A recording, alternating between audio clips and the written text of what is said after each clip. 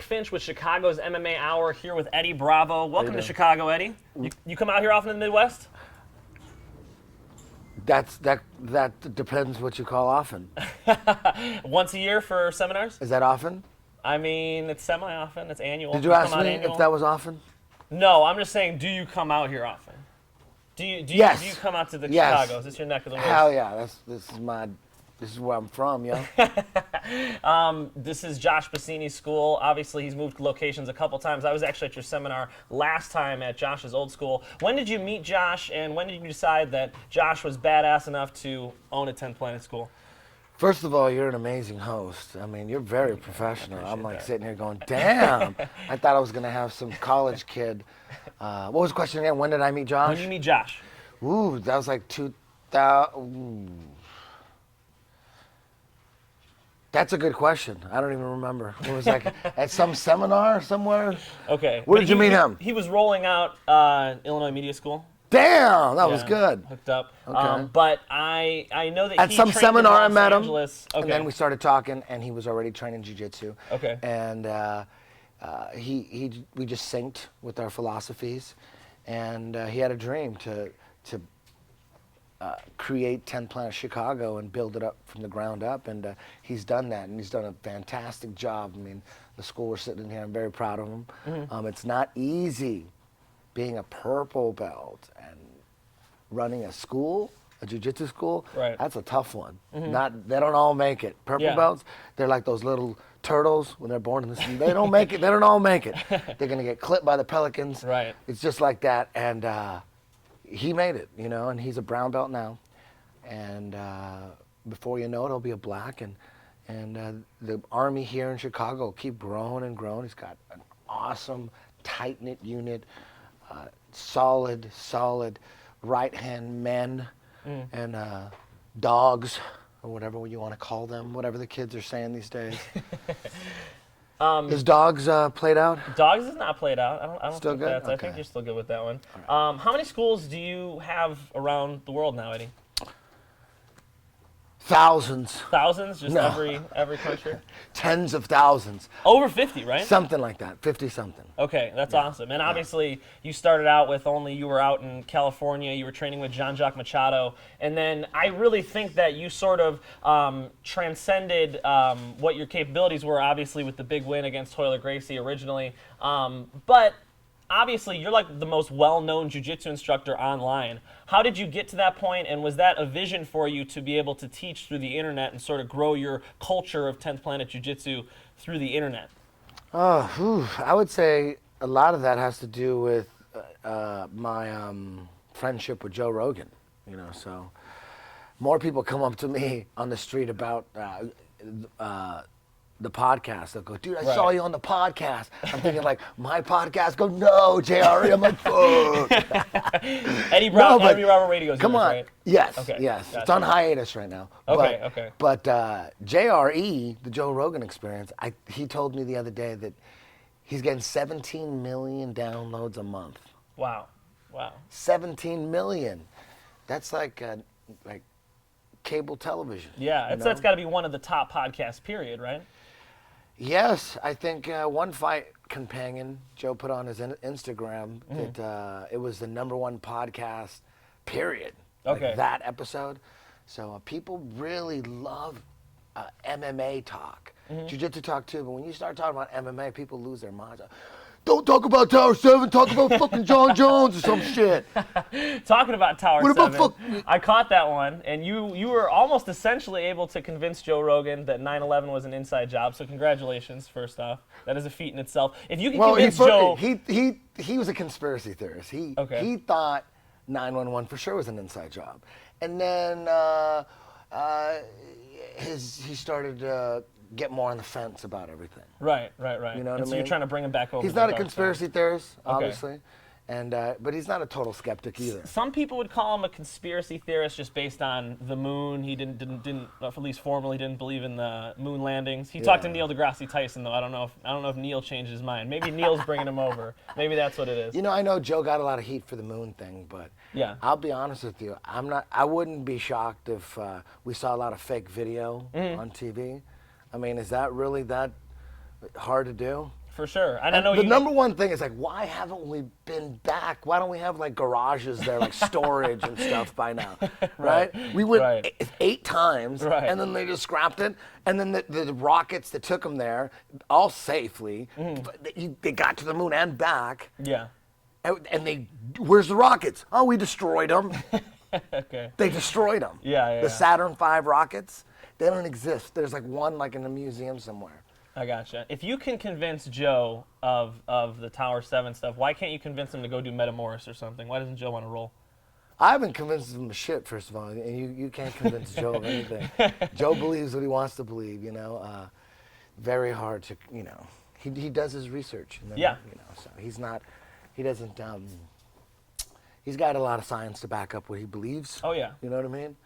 He doesn't believe in Bigfoot no more, though, right? I don't know. He's letting Chael Sonnen have some leeway with that one. I remember. Does Chael Sonnen believes in Bigfoot? Chael Sonnen's 100%. He believes in Bigfoot. 100%. You know what? A lot of people that grew up in the Pacific Northwest, when I go out there and I do seminars, I have my Bigfoot check before the seminars. Yeah. It's like, if you believe in Bigfoot, raise your hand. And most of them raise their hands. I gotcha. And the ones that didn't, if you talk to them, they really do. Everyone's got stories of some Bigfoot. I don't believe in Bigfoot. You believe in Bigfoot? Is it possible that there's no... it's possible. Is it possible? It's possible that, you know, all the religions are correct also. I think it's possible that a lot of things are possible. But is it plausible? Is Bigfoot plausible? Plausible. I like that word. I should have used that word on Joe Rogan's podcast. Plausible. Because he kept saying, you know, it looks like a demo, you know, but I don't know anything about demolitions. I'm not a professional. You were saying like a detective. You were saying look at it like a detective. Well, Well, that's how you have to look at everything. That's how Joe looks at religion. That's how, you know, you should probably look at you through your whole life through that lens, right? Yeah. Instead of seeing... We're just having a discussion, you know? No, absolutely. I'm not saying I know anything. Right. I'm just saying you got a bunch of fucking gangsters. Right. You tell me these gangsters are... They even skeptics believe they're gangsters. No. This is the crazy thing. Halliburton Skeptics believe they're gangsters. Yeah. But, oh no, they wouldn't get that gangster. Right. They wouldn't get that gangster, but they are gangster when they talk to their friends. The government's fucking evil, man, and all this. And do you think 9/11 was an inside job? No, they would never do that. They would never do that. People just turned it off, sort of, in their head. Not to bring you back to the 9/11 weird. topic. That's scarier than the actual conspiracy theory. Right. That's scary. Like, human nature there's with that. people out there that you can show them evidence, and that's all they say is evidence. That's all they say is science. But then when they see it, they can't believe it. It's like, no, I believe this science. I read this over here. I believe that. But that's a government science. It's a science. Right. They had it on CNN. Whoa. I see. You know, that's scary. Yeah. No. That's scarier That than the people will buildings follow. blowing up. Right. That's like some kind of like mass hypnotism. And you're talking to someone and they're like, like I said on the podcast, can you imagine if none of those videos of Tower 7 collapsing like a controlled demo, none of them no one saw them until like 10 years later? Right. Sure. The impact they would have crazy impact. Yeah. So, spark different in the media. I understand.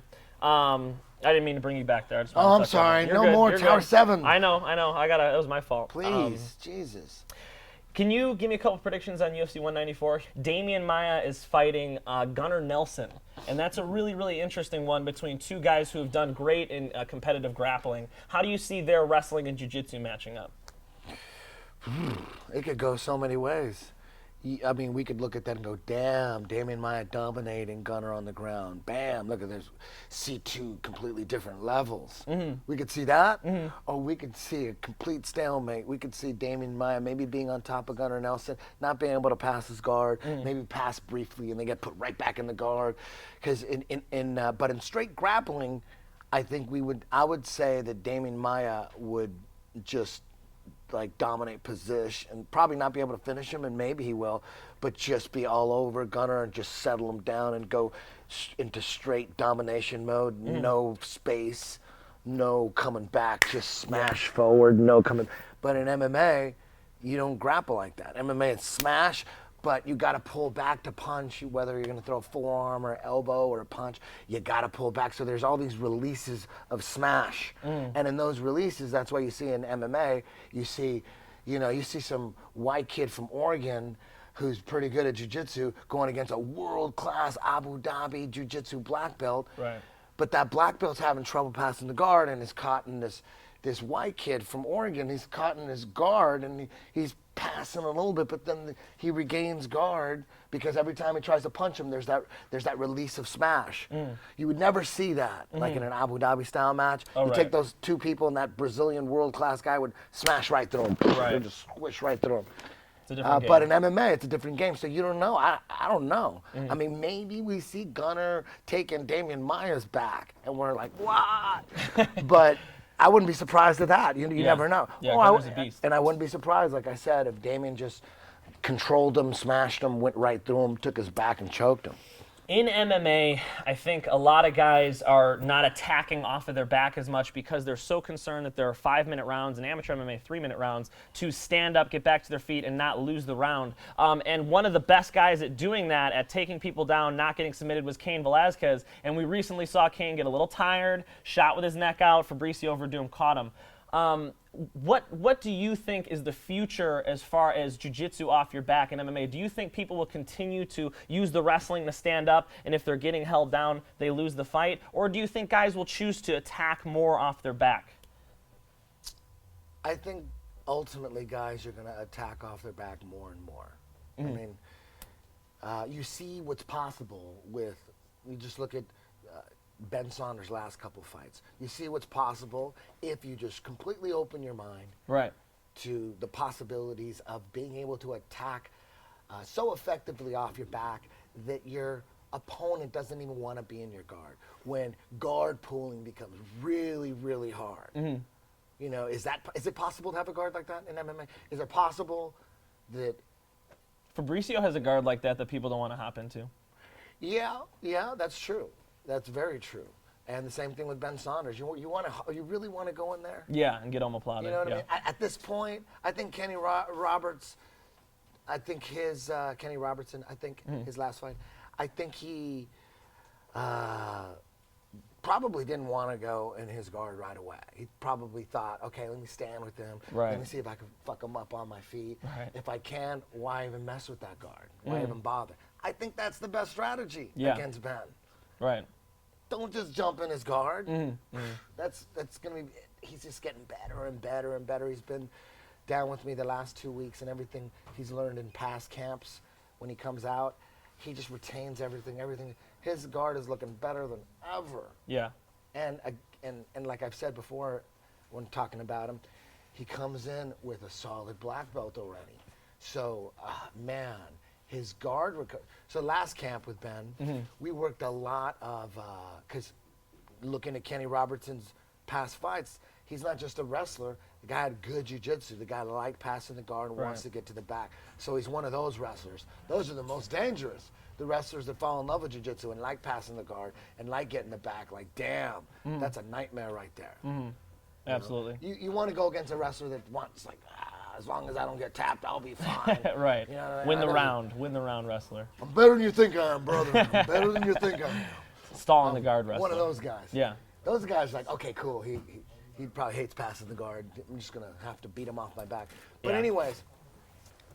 People are attacking more. Certainly, I see a lot more 10th Planet Jiu-Jitsu in MMA. I do commentary for the XFO, and I see it a lot in amateur MMA, lower-level professional MMA, but I also see it in the UFC. But I would say that more so it's guys playing rubber guard or different high guard techniques that you teach because they're able to control the posture and not get knocked out when they're on the bottom. Why don't we see more people going to the truck? Why don't we see more people going to some of your other stuff? It seems like people have fallen in love with rubber guard, but I don't see a lot of guys going to the truck. More so in a fight, they're taking the back. They're doing it in the gym, but when they get out there in the fight, perhaps they don't have as many reps, and guys aren't going to the truck right away. Well, MMA fighters, their schedules are packed. They don't have time for shit. Right. And they got an MMA coach, and the MMA coach is dictating what all those fighters in that camp.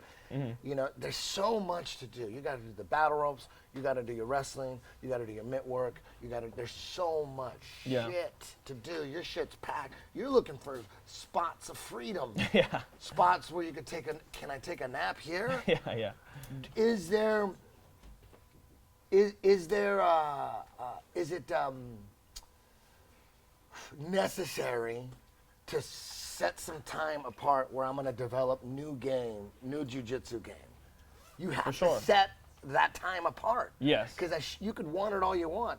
And I bet if anybody in the UFC could press a button that gave them a really good, dangerous rubber guard, they would all press it. Yeah. But to actually make that happen takes so much work, and work is scheduled. You got to where are you in your week? Yeah. Are you putting 20 minutes aside to add new jiu-jitsu game? Because that's how you get jiu-jitsu game. You actually have to practice it. Yeah. It's a crazy concept.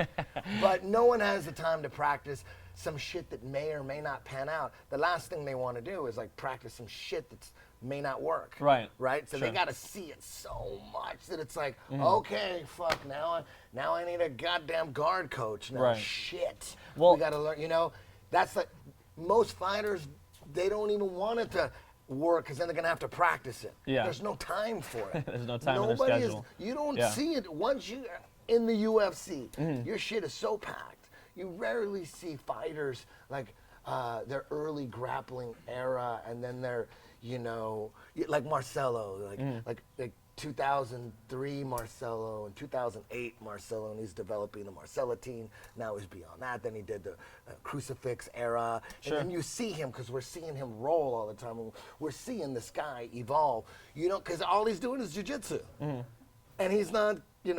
And it's just evolving and it's changing, and there's all this. Once you start fighting MMA, you don't have time to evolve anymore. Right. That's the time when you need evolution the most, and that's the time when all the evolution gets pulled back. Boom, bam. Yeah. It's done. So really, if you're a UFC fighter and you want to, or just an MMA fighter, and you want to develop new ground game, and there's so much to learn. The ground is endless. Yeah. 100 times more complex and vast than striking. Striking is pretty much all done, although there's a lot to work on. And Well, I was about to say, I think that MMA striking has evolved more so in that we're seeing like karate and taekwondo and capoeira techniques. There weren't, back in when Chuck Liddell was fighting, nobody was throwing wheel kicks and all these, like, you never saw Conor McGregor essentially. Obviously, when you're on bottom in MMA and the judges see it, you could potentially be losing in some judges' eyes. Unfortunately, they're not all as educated as you and I are on jiu-jitsu. So they see the guy on top, lands a couple elbows. Yeah, there was an omoplata attempt and an armbar attempt, but he got out past a half guard. The guy tends to win the round. You know what I mean? So do guys need to play more lockdown? What do MMA fighters sort of need to do beyond rubber guard?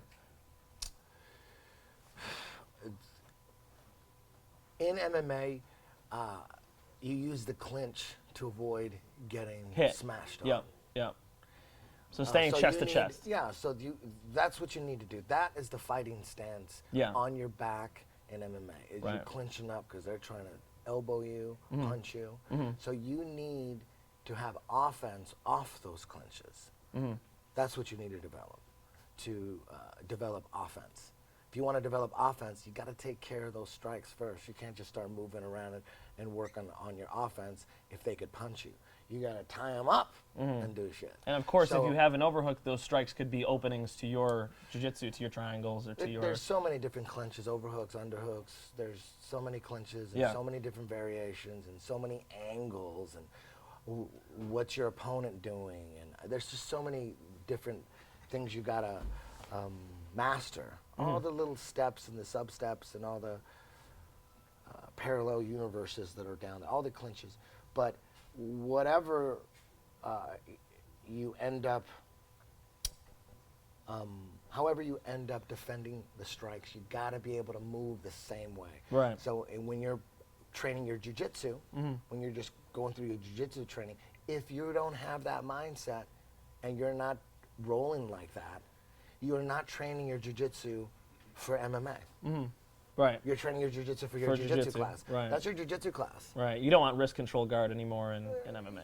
You want to. You gotta want to. There's a style. There's a system. There's a way to move and set up submissions and sweeps, all by clinching your opponent. Right. All based on clinches, which that's what we're trying to do at 10th Planet. It's just, Marcelo talks about training gi and no gi and his philosophies. There's really just three types of jiu-jitsu. There's gi jiu-jitsu, no gi jiu-jitsu, MMA jiu-jitsu. Right. They're all three of them are different. Yeah. The game plan and the strategy is the same. Basic strategy. Sweep, pass, take mount, take the back, score. Yep. That's the basic strategy. Whether it's gi, no gi, or MMA, it's still the same strategy. But when Marcelo talks about gi versus no gi, not MMA, he's not talking about that. He's talking about no gi and gi. He's talking about, and he preaches, and his philosophy is use no gi grips while training in the gi. So when you're training in the gi, it's like you're training no gi too. Right. You're also getting those reps Have in. one game Yeah. instead of two separate games, because then you'll have more reps. Yeah, absolutely.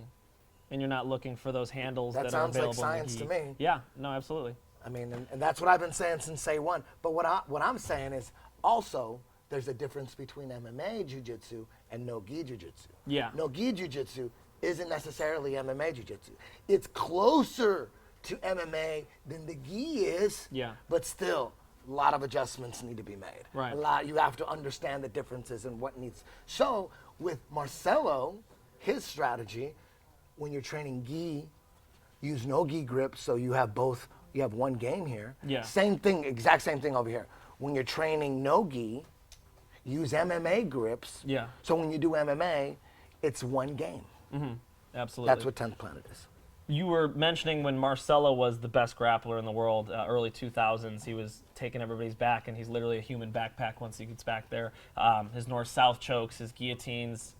He's one of the best grapplers ever to live. Who right now, in the end of 2015 here, beginning of 2016, is the best grappler in the world?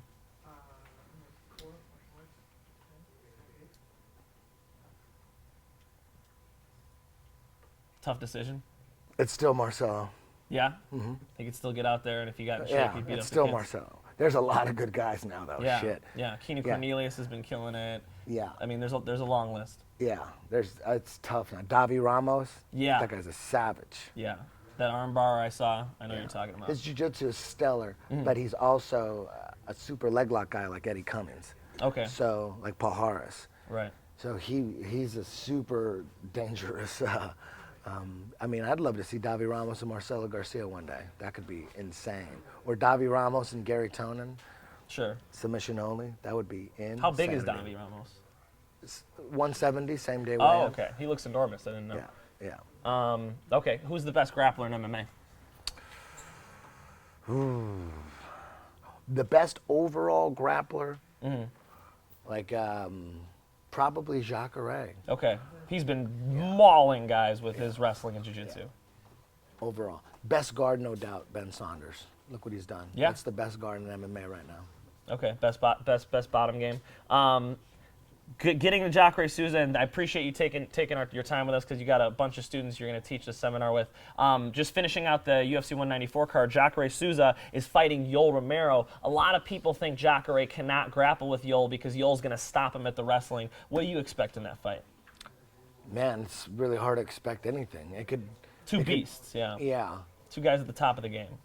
Jacare's striking is pretty damn good now. Maybe, The overhand right, yeah. we might see Jacare forcing Romero to take him down. It won't be easy to take down Jacare, but Romero probably can.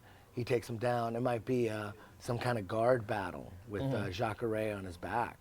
Or maybe Jacare gets taken down and he takes Romero's back and it's all over him, Maybe we'll see Jacare fighting off his back and looking fabulous.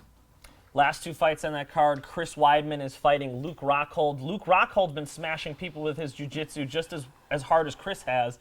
Who do you think takes the wrestling and jiu-jitsu in that fight? I have no idea.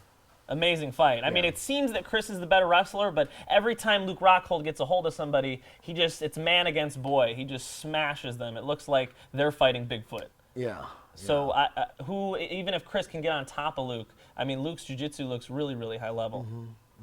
But so is Weidman's. Yeah, absolutely. Yeah, that's too tough to call. Gotcha. And then, of course, you had Conor McGregor in your gym. I don't know how often he stopped by or if it was just once. Once. What did you think of Conor's jiu-jitsu? And if Jose Aldo decides to shoot on him and does take Conor down, do you think Conor is going to be able to hold off a black belt at the level of Jose Aldo? I think so. I think he could survive.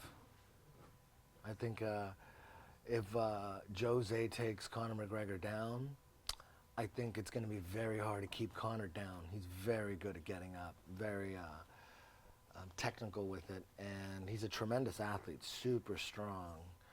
I don't know what his jiu-jitsu is like today. When he came by my gym, it was like over a year ago.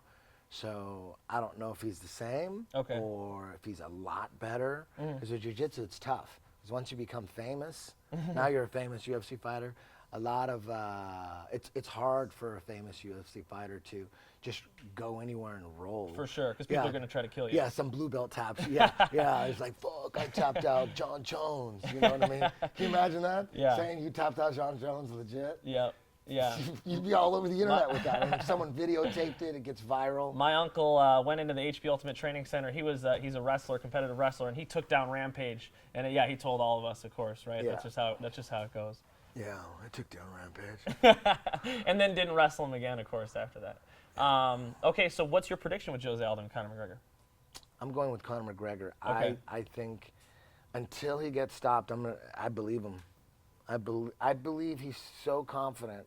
Like all that confidence comes from the power. He feels it in his hands. He feels when, I'm sure growing up and training, everyone that holds mitts for him is probably going, holy shit, this guy hits hard. Right. You know, and you hear that enough and you're just knocking everybody out. I'm a fan of Conor McGregor. I think he's, look what he's done. Yeah. You know, look what he's done for the sport. No one's done what he's done. Yeah. He's right. He's right. He spoke it into existence. Everybody wants to watch him fight. Come Absolutely, on. yeah. And then people argue that Ronda's a bigger star because she crosses over, but for sure Conor's going to be making money for the Dude, UFC he's over like the next Mike decade. fucking Tyson. Yeah. He really is. He's a star. Coming out. And he's good on camera. I'm really excited for that card. That might be the biggest card in UFC history. You said you weren't doing Eddie Bravo radio. Where can people sort of find you to catch up? Are you going to be on the Church of What Is Happening Now, JRE, and obviously your website? People can visit your website and learn the techniques. You offer it cheaper than anybody else. I mean, Marcelo's got a website filled up, but yours is like $6 or $8 $5. or something. $5 to learn techniques from this man on 10thplanetjujitsu.com or 10thplanetjj. 10thplanetjj.com. Where else can people keep up with you? Twitter at Eddie Bravo. Gotcha. Instagram at the real Eddie Bravo. Like the other ones are fake. Not the fake Eddie Bravo. That sounds. I wish. You could change that, right? I could change it. Does somebody else has it? Like you could ask for it and they have to give That's it to why you? I used it. What if their because name is Eddie Bravo? Someone already had it. So Okay. I thought when someone has your name, like you just put the real. I'm like, that's so douchey. Rampage 4 real, Yeah. like that. Like I'm the real one and they're not the real one. I'm like, fuck, I want to change. Right. But I thought once you pick it, you couldn't change it. I realized I made a big mistake, and but I think you could change Instagram handles now, right? But someone might. I gotta change it. I don't know, because mine is Mike the number 2 Finch, and I always, I would just want Mike Finch, and they're like defunct accounts. I wonder, can you talk to Twitter? Like you have your little check mark, like you're a celebrity, you're a Twitter celebrity. Are you able to like request Eddie Bravo? Twitter.com/Eddie Bravo. Is that how you did that? No, I was just lucky enough to get it. Okay, you just snatched it in time. Yeah. I gotcha. So, and you weren't lucky enough on Instagram. No. So Eddie Bravo for I real. was the first one. Okay. There's a lot of Eddie Bravos out there, like for real. There's a bunch. I found a lot of Mike Finches, or Finches rather. Too. There's an Eddie Bravo that runs. He has an orchestra, like some like big band orchestras, like Eddie Bravo's. And what about your music? Obviously, you made the song Jujitsu. We play it in our gym every time we roll. Almost. I mean, that's Stop playing that probably your best song. one. You're gonna burn That's it a out. solid one. That's a solid one. The rapper you had on was really, really good. Thanks, What thanks. are you doing with your music? Well, that band, the band that did Jujitsu, that was Smoke Serpent. Right. Just dropped a new Smoke Serpent song, maybe 6 months ago, maybe a little longer. It's called Too Late. There's a video that goes along with it. You can go on YouTube. But all my stuff, all my music's for free. You could download it. No one's gonna buy my music. I gotta pay people to download it. But you can find everything at soundcloud.com/Eddie-Bravo. I make a song, just throw it up there. Nice. Awesome. Well, hey, we really appreciate you taking the time, Eddie. We'll stick around to watch your seminar, get a little B-roll footage. Thank you for sitting down with us, and we'll see you in Thank you for Chicago having next me. year, or what? Probably not. Probably not? You're too busy? No, I'll be back. Thank you, Eddie. Appreciate it. Thank you, man.